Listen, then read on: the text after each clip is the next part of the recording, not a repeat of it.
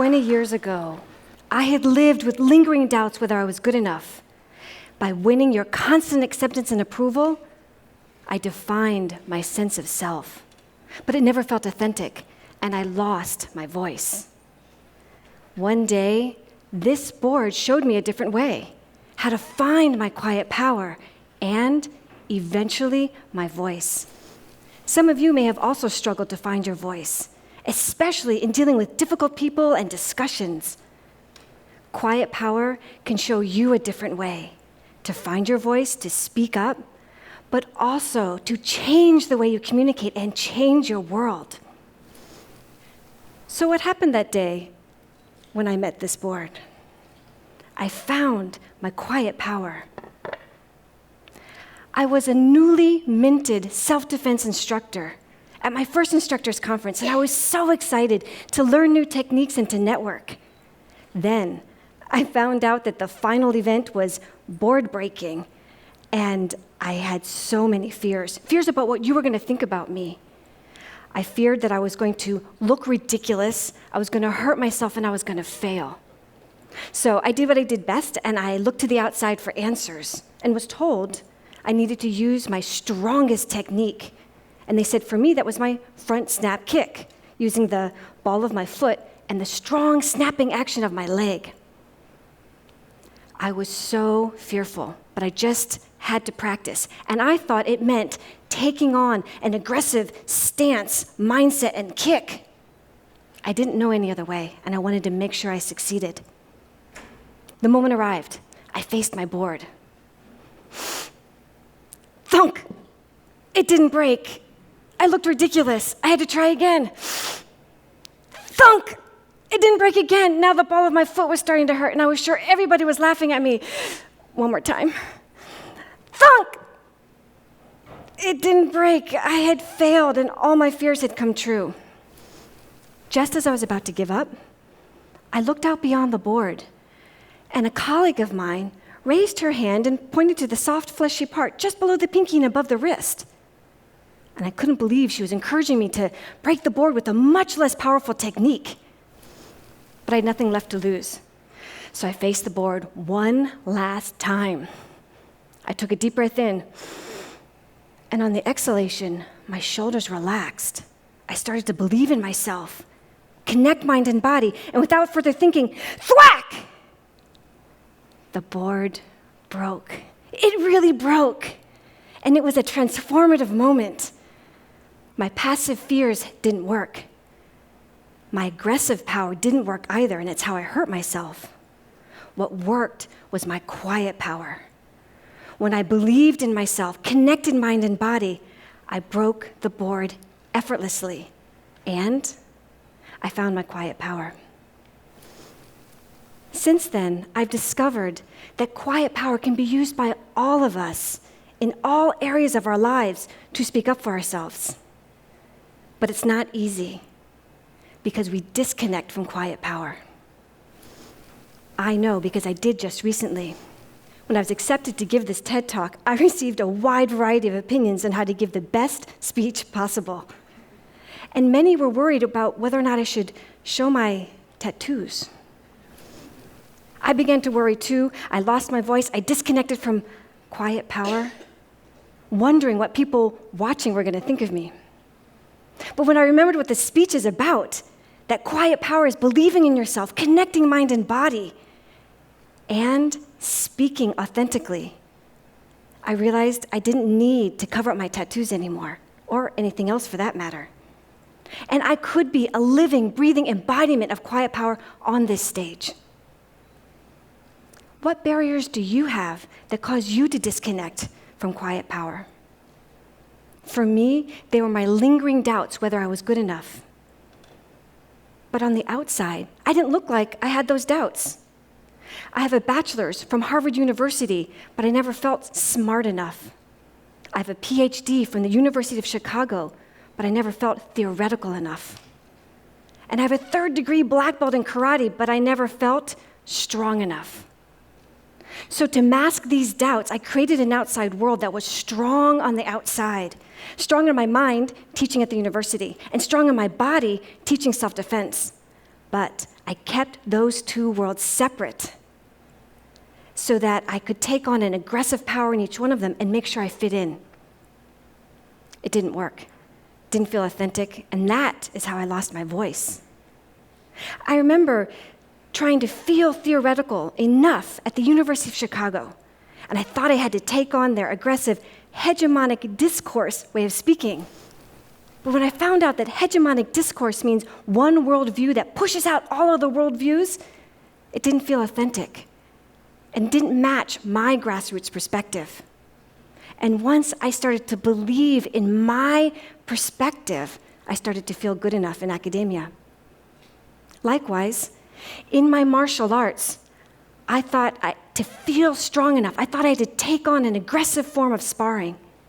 But when I found out that for some, that meant to take advantage of your opponent's weaknesses in order to win the fight, that didn't feel authentic to me.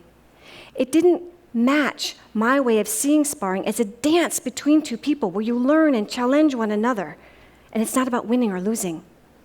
And once I started to believe in that dance, I started to feel strong enough in my martial arts. Over time, I deepened my belief in the world of my mind and my belief in the world of my body, and I started to fuse those two worlds together. And as I did that, I saw that so many other people in both those worlds also struggled to speak up for themselves. My students at the university, they would write strong, insightful research papers, yet when they came up to present their research findings, they lost all conviction in their points. Likewise, my students in self-defense, they loved learning a palm heel strike or a roundhouse elbow to physically take out an attacker. But when they had to use their voice to verbally defend themselves, they lost the words and any kind of conviction. I wondered, why was it that we can be so competent in our lives, yet struggle to speak up for ourselves? To find answers, I looked to the research on communication strategies. Each one of us communicates with a wide variety of people every day. And for the most part, those conversations go smoothly. But what happens when they don't? You may have felt the hurt of when a friend makes a snide remark about something you're wearing, or the embarrassment if a boss yells at you in front of your colleagues. Or what about the difficulty saying no to a young child begging for that latest toy, game, or gadget? In these conversations, our emotions are strong and our fears crop up. And we go to either end of the communication spectrum. We either passively keep quiet, and we appear weak, small, and timid, and we disrespect ourselves because we don't articulate our needs. Or, on this side, we aggressively overreact, and we're bold, brash, and bigger than life, but we disrespect others because we invade their space. Then there's another communication style some of you might be familiar with, passive-aggressive, where we say one thing but mean another. For example, I'm sorry, I didn't mean to hurt your feelings. Here, we disrespect ourselves and others. The last communication style is assertive, where you believe in yourself, you connect mind and body, you use strong words, clear, direct words with a strong body language to say what you mean and mean what you say, and communicate effectively. However, in our society, the one who speaks up the most boldly and aggressively typically wins and earns all the respect. It's confusing, though, because if a woman speaks up, she's not called bold. She's called another B word. Bossy, right? Right. But for men or women, if you don't speak up, you're called a doormat. So how do we find that balance? And why is it that we can be so competent in our lives and struggle to find that balance? In all the research that I read, something was missing. And what was missing was quiet power. When you believe in yourself, connect mind and body, you match your temperament to the situation at hand, and you're able to speak up and move the conversation forward. And You change the way you communicate so you can change your world. There are 3 key skills in using quiet power to speak up for yourself. The first is to flip the script. When you flip the script, you use positive words to push out negative ones. As a result, you don't have those negative messages in your head. We all have them. You remember mine, I was going to look ridiculous, I was going to hurt myself, I was going to fail. And it's what we do with those messages that either minimize or expand our belief in ourselves. One key tool is positive affirmations. And what I did was I would take an affirmation, put it on a Post-it note, then put them up around my bathroom mirror so I could see them every day. And the ones that worked the best for me were, I am good enough. I have a lot to offer, and I am bold, brave, and beautiful. So imagine seeing those every day. It was wonderful to help flip the script. One evening, I had a dinner party, and I forgot that I had those messages around my bathroom mirror. So a friend came out of the bathroom. She's like, I'm bold, brave, and beautiful. Kate, what is up with all those messages around your mirror? You seem so confident on the outside. And I chuckled and said, I am confident on the outside because those messages help me feel confident on the inside. So your action step is to find some positive affirmations that work for you. Put them around your mirror. Or if you don't want anyone to see them, put them on your screensaver or on your smartphone. And begin to flip the script on negative messages and deepen your belief in yourself. The second key skill in using quiet power to speak up for yourself is to say what you mean. When you say what you mean, you use clear, direct words to express your thoughts, feelings, and opinions. However, when feelings are strong and fears crop up, it's hard to find those words. I had a student at the university present her research findings on gender inequality in middle schools, and she made the following points. Teachers kind of treat boys differently than girls in the classroom. They call on boys more often than girls, don't they? I'm sorry, I know they work hard, but they shouldn't do this. You can hear the lack of conviction in her words. And when I shared with her afterwards that she uses verbal diminishers to minimize the power of what she's saying, short words or phrases, just, like, kind of, sort of. Questioning tones, questioning tags at the end of your sentences, or unnecessary apologies. When I shared those with her, she was so surprised, and she instantly said, Dr. Webster, I'm so sorry I did that. Wait, I just apologized again. This is going to be hard. And she's right. It is hard. It's hard because these verbal diminishers are so normative in our speech patterns. So your action step is to first become aware of when you say them. And you might want a friend or maybe a loved one to help you notice when you say them. And then eventually, you'll be able to remove them from your words, from your sentences, and say what you mean. The last key skill is to mean what you say.